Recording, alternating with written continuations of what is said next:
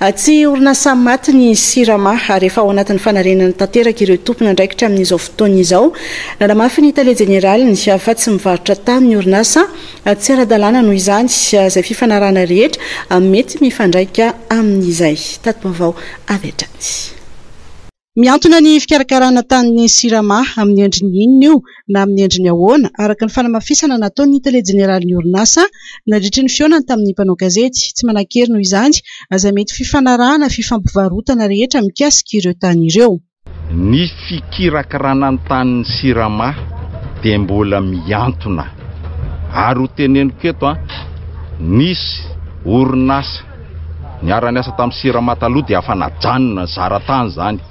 Ka ny zaratany tsy mahazo mamoaka tsony dossier mombamomba ny tanin'ny Sirama na fa le tany aloha ary.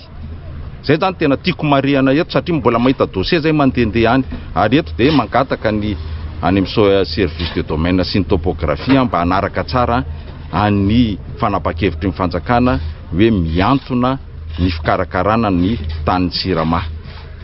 Dia mangataka ihany koa zay any amin'ny service de fiscalité tsy tonga dia hanao enregistrement nireny acte de vente zay ny Sirama tompony tsy ao anatin'ny vendeur fa lasa olona samy olona mifampivarotra fananana.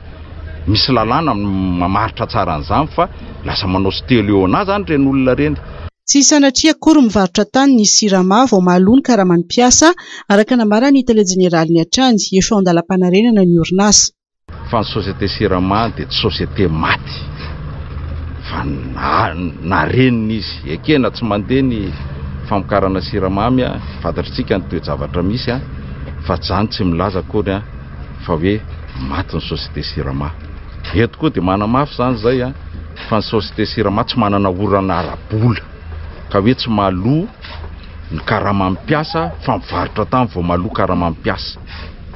Tamin'ny 2020 zay ny tonga teto tsy mbola nindram-bola tamin'izan'iza ny société Sirama ary vitany daholo ny nandoa nisy obligation société amin'izay atanatohatra tokony hanaovana izany.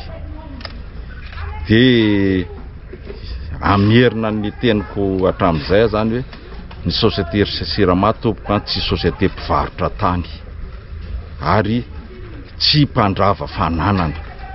Ny antony dia tsotra be société mijoro ara-dalàna io ka raha ny actif moa ny ilazana azy raha ny amin'ny bilan zay tsy azo atao mihitsy.